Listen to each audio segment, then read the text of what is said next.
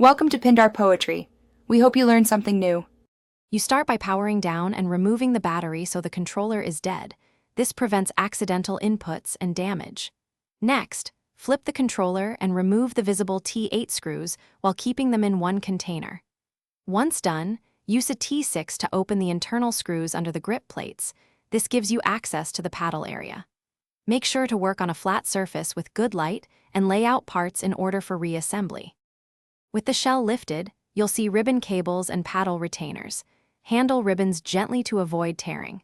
Use a spudger to unclip the paddle springs and free the paddles from their retention posts. This is the delicate middle step because springs can pop. Once removed, place each new paddle onto its post and press the spring back into position, making sure it seats correctly so the paddle snaps cleanly and registers full travel. Confirm paddle. You close the shell by realigning the ribbons and mating edges, then replace screws in the exact reverse order. You'll notice when a screw location resists, stop, and realign.